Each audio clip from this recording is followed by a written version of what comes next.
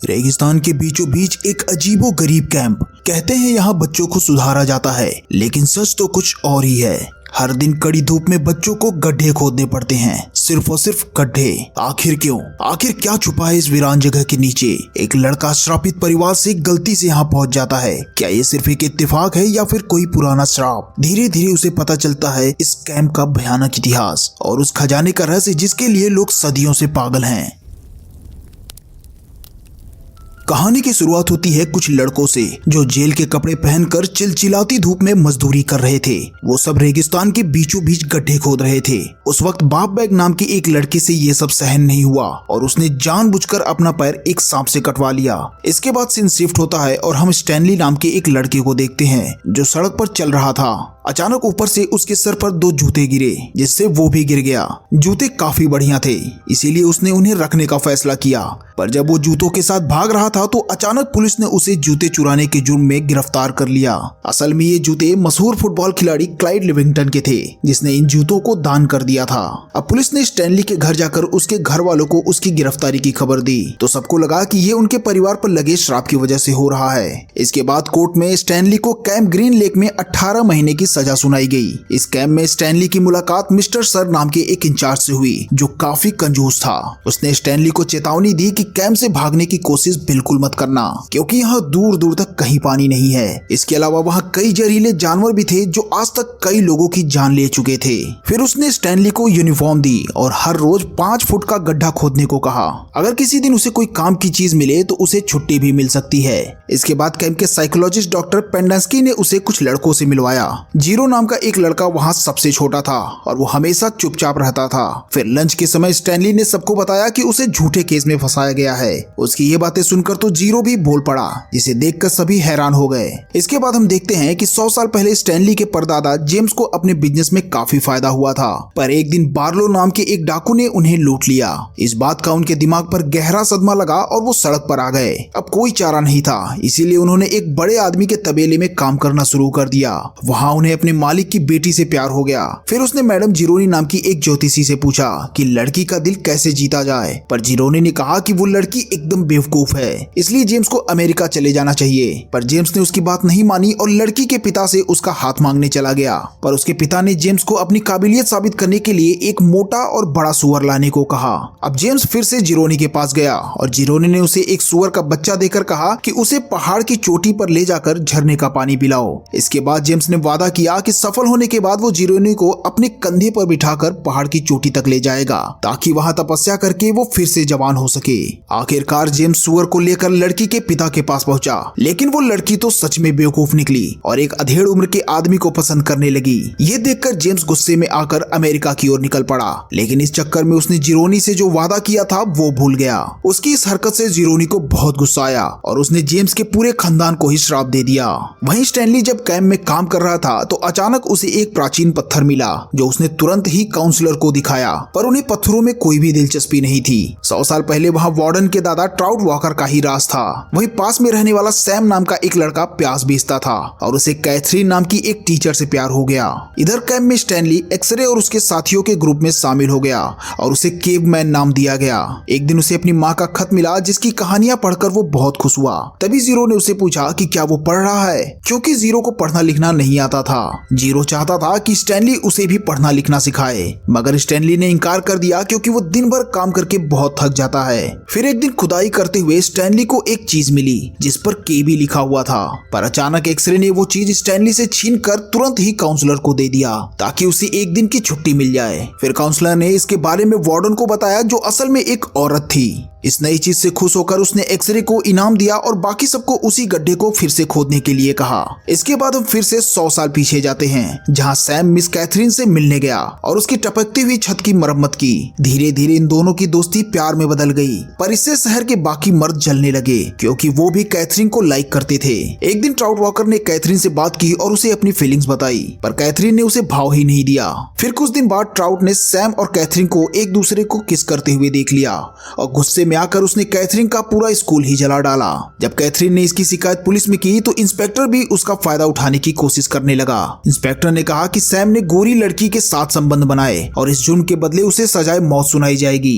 Catherine तुरंत ही Sam को ये बात बताने के लिए भागी, लेकिन तब तक सैम की कश्ती में किसी ने उसे गोली मार दी। इससे कैथरीन को इतना गहरा सदमा लगा कि उसने सैम की मौत का बदला लेने की ठान ली। जल्दी उसने इंस्पेक्टर को गोली मारकर उसके चेहरे को चूम लिया। इसके बाद वो कई अमीर ठेकेदारों को लूटने लगी और जाने से पहले उन्हें चूम कर जाती थी, जिसके बाद से वो किसिंग केट बार्लो के नाम से मशहूर हो गई। वहीं सैम की मौत के बाद से उस शहर में कभी बरसात नहीं हुई। प्रेजेंट टाइम में एक दिन मिस्टर सर लड़कों के लिए पानी लाए तो मैग्नेट नाम के एक लड़के ने बीजों से भरा हुआ एक बैग चुरा लिया। जब सर को इस चोरी के बारे में पता चला तो उसने सबको सजा देने का फैसला किया। आखिरकार स्टैनली ने ये इल्जाम अपने सर लेकर सबकी जान बचाई। जब स्टैनली को सन की वार्डन के पास ले जाया गया तो उसने स्टैनली को सजा देने की बजाय सर को ही डांट दिया।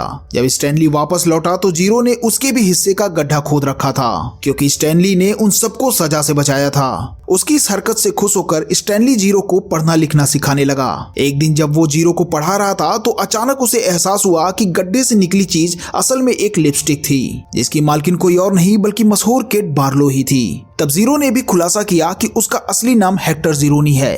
असल में वो मैडम जिरोनी के खानदान से ही था, जिसने 100 साल पहले स्टैनली के परदादा को श्राप दिया था। खैर एक दिन इंचार्ज को भनक लग गई कि स्टैनली के बदले जीरो उसका गड्ढा खोदता है, तो उसने उन दोनों को ही नकारा कहकर उनकी खूब बेइज्जती की। ये सुनकर जीरो को इतना गुस्सा आया कि वो इंचार्ज को कुल्हाड़ी मारकर भाग निकला। जब वार्डन को जीरो की भागने की खबर मिली तो उसने कहा कि जीरो 1 हफ्ते से ज्यादा जिंदा नहीं बच पाएगा। तब हमें पता चलता है कि जीरो एक अनाथ था। उसकी माँ उसे एक पार्क में छोड़कर चली गई थी। जब स्टैनली ने ये बात सुनी तो उसे बहुत दुख हुआ। फिर रात को उसे याद आया कि उसके परदादा जेम्स ने उस वक्त रेगिस्तान में जैसे तैसे करके 16 दिन गुजारे थे, जब केट बार्लो ने उनकी बग्गी लूटी थी। असल में उसके परदादा ने गॉडफिंगर नाम की एक जगह पर जाकर अपनी जान बचाई थी, पर आज तक किसी को भी नहीं मालूम था कि ये जगह कहाँ पर है, क्योंकि जब जेम्स को वहां से लाया गया तो वो एकदम पागल हो चुके थे। फिर अगले दिन जीरो की जान बचाने के लिए स्टैनली भी वहां से भाग निकला। कई घंटे तक रेगिस्तान में भटकने के बाद जीरो उसे एक कश्ती के नीचे मिला। जीरो ने बताया कि उसे कश्ती में अचार के डब्बे मिले, जिस वजह से वो अभी तक जिंदा रह पाया। ये कश्ती भी कैथरीन के प्रेमी सैम का ही था। इसके बाद उन दोनों को काफी दूर इंसान के अंगूठे जैसी एक पहाड़ी की चोटी दिखी। जल्दी स्टैनली को एहसास हो गया कि यही गॉडफिंगर पहाड़ी है। अब वो दोनों जैसे तैसे करके पहाड़ी चढ़ने लगे, लेकिन आधे रास्ते में ही जीरो थक कर चूर हो गया। पर स्टैनली ने उसका साथ नहीं छोड़ा और उसे कंधे पर उठाकर चोटी तक ले गया। और इसी तरह उसने जाने अनजाने में मैडम जिरोनी के पड़पोते को चोटी तक पहुंचाकर अपने परदादा का वादा पूरा कर दिया। चोटी पर पहुंचकर उन्हें पानी का एक झरना मिला जहां सैम प्याज उगाता था। दूसरी तरफ कोर्ट ने स्टैनली को बेकसूर घोषित कर दिया और स्टैनली की वकील उसे कैंप लेने पहुंच गई, पर वार्डन ने उसे नहीं बताया कि स्टैनली भाग चुका है। इसके बाद अगले दिन जीरो ने स्टैनली को एक सच बताया कि असल में स्टैनली को उसी की वजह से सजा मिली है। असल में वो जीरो ही था जिसने दुकान से वो जूते चुराए थे, पर जब पुलिस उसके पीछे पड़ गई तो उसने जल्दबाजी में वो जूते पुल से नीचे फेंक दिए, जो सीधा स्टैनली पर जा गिरे। ये सुनकर स्टैनली को जरा भी दुख नहीं हुआ, क्योंकि इसी बहाने उसने गॉडफिंगर पहाड़ी ढूंढ निकाली थी। इसके बाद हम फिर से 100 साल पीछे जाते हैं, जहाँ केट बार्लो को सूखे रेगिस्तान में सैम की कश्ती मिली। केट वहीं बैठकर अपने प्रेमी को याद करने लगी, पर तभी ट्राउट वॉकर और उसकी पत्नी वहां पहुंचे। उन्होंने केट पर बंदूक तानकर उसे सारा लूटा हुआ खजाना उनके हवाले करने को कहा, पर केट ने अपना मुंह नहीं खोला और जल्द ही एक पीली छिपकली से खुद को कटवा लिया, जिससे वो वहीं मारी गई। उस दिन के बाद ट्राउट वॉकर का खानदान इस रेगिस्तान में गड्ढे खोदकर केट बार्लो का खजाना ढूंढने लगी। इधर स्टैनली और जीरो भागते हुए कैंप में वापस आ गए और सीधा उसी गड्ढे में जा पहुंचे जहां उन्हें केट बार्लो की लिपस्टिक मिली थी। आखिरकार वहां खुदाई करने के बाद उन्हें केट बार्लो का वो मशहूर खजाना मिल ही गया, पर तभी वार्डन और मिस्टर सर वहां आकर खजाने पर अपना कब्जा करने की कोशिश करने लगे, लेकिन तभी अचानक वो पीछे हट गए जब उन्होंने देखा कि खजाने के ऊपर पीली जहरीली छिपकलियां लिपटी हुई हैं। वार्डन अगली सुबह तक छिपकलियों को हटने का इंतजार करती रही ताकि वो खजाना चुरा सके। वो ये देखकर हैरान थी कि छिपकलियों ने स्टैनली और जीरो को नहीं काटा। असल में स्टैनली और जीरो ने पहाड़ी के प्याज खाए थे, इस वजह से छिपकलियों ने उन्हें कुछ नहीं कहा। कुछ ही देर में स्टैनली की वकील पुलिस लेकर वहां पहुंच गई, पर तब वार्डन ने उन दोनों लड़कों पर उसका खजाना चुराने का इल्जाम इल्जाम लगा दिया। अचानक जीरो ने देखा कि ट्रंक पर तो जेम्स येलनेट का नाम लिखा था, जो कि स्टैनली के दादाजी का नाम था, जिससे वार्डन का झूठ पकड़ा गया। आखिरकार स्टैनली को खजाना ले जाने की इजाजत मिल गई और इधर वार्डन और उसकी गैंग्स को गिरफ्तार कर लिया गया। तभी अचानक 100 साल के बाद उस रेगिस्तान में बरसात होने लगी। आखिरकार स्टैनली जीरो को अपने घर ले गया और उन दोनों ने खजाना आपस में बांट लिया। इसके बाद जीरो ने एक जासूस की मदद से अपनी माँ को भी ढूंढ निकाला। तब ये खुलासा होता है कि उसकी माँ उसे छोड़कर नहीं गई थी, वो तो आज तक अपने बेटे को ढूंढ रही थी। आखिरकार जीरो और स्टैनली ने एक साथ घर खरीदा और फिर उन्होंने अपने कैंप के बाकी बच्चों को भी घर बुलाया और खूब मस्ती की। और दोस्तों यहीं पर ये मूवी खत्म हो जाती है। दोस्तों अगर कहानी अच्छी लगी हो तो इसे लाइक कर देना और चैनल को सब्सक्राइब कर देना।